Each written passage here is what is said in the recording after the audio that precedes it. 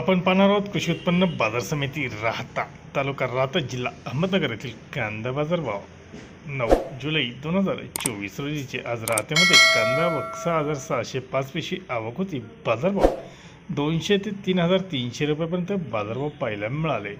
एक नंबर कांदे 2650 ते 3,300 असा बाजारभाव होता। 2 नंबर कांदे 1,850 ते 2,600 रुपये, 3 नंबर 1,200 ते 1,800 रुपये, 4 नंबर 2,300 ते 2,600 रुपयापर्यंत विकले गेले। अपवाद गोण्या पाहूयात काय बाजारभाव कशा गोण्या होत्या। 3,100 रुपयाने 114 गोणी, 3,200 रुपयाने 60 गोणी, 3,300 रुपयाने 35 गोणी विकल्या गेल्या।